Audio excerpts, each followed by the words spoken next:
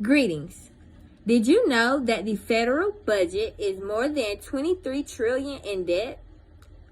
With additional budget defects projects to exceed 1 trillion annually for the next decade.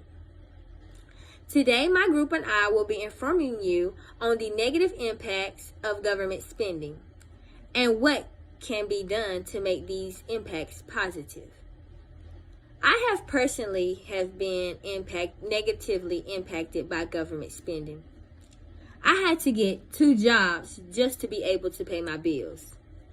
You should be interested in this topic because it impacts the lives of every American, as well as American economy.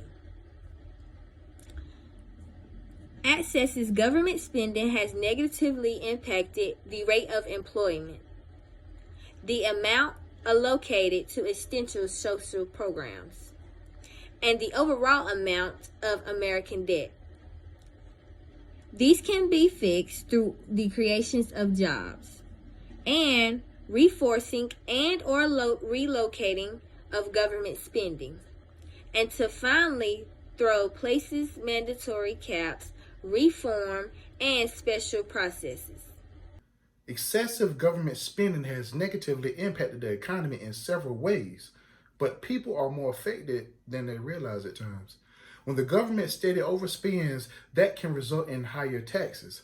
A lot of people are already struggling just to survive and maintain a normal life, but when things like taxes are raised, that can be a major change for someone who is already living at a means of check to check.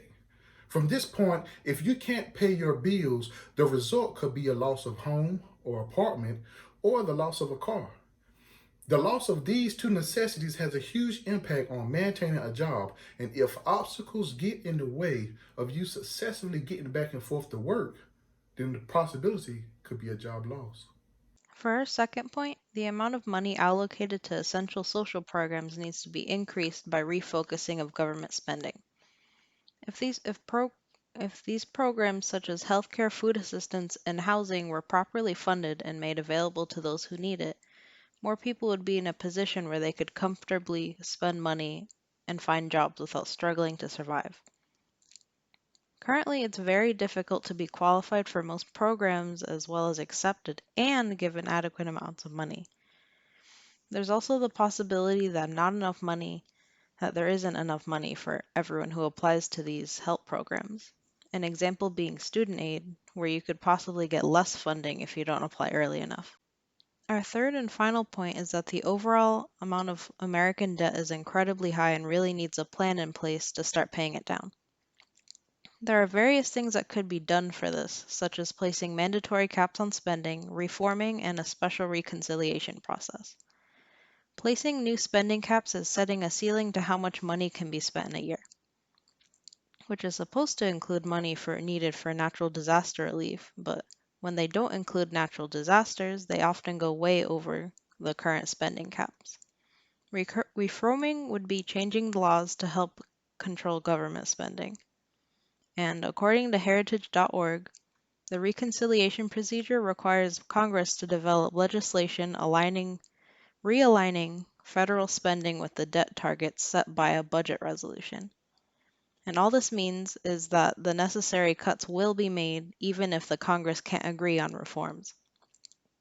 If strategies like these were put into place, along with decreasing unnecessary spending overall, then the American debt could finally start lowering.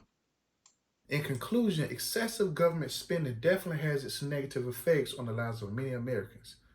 If more knowledge and awareness of this topic is raised, then maybe a stronger and quicker pursuit of change can occur.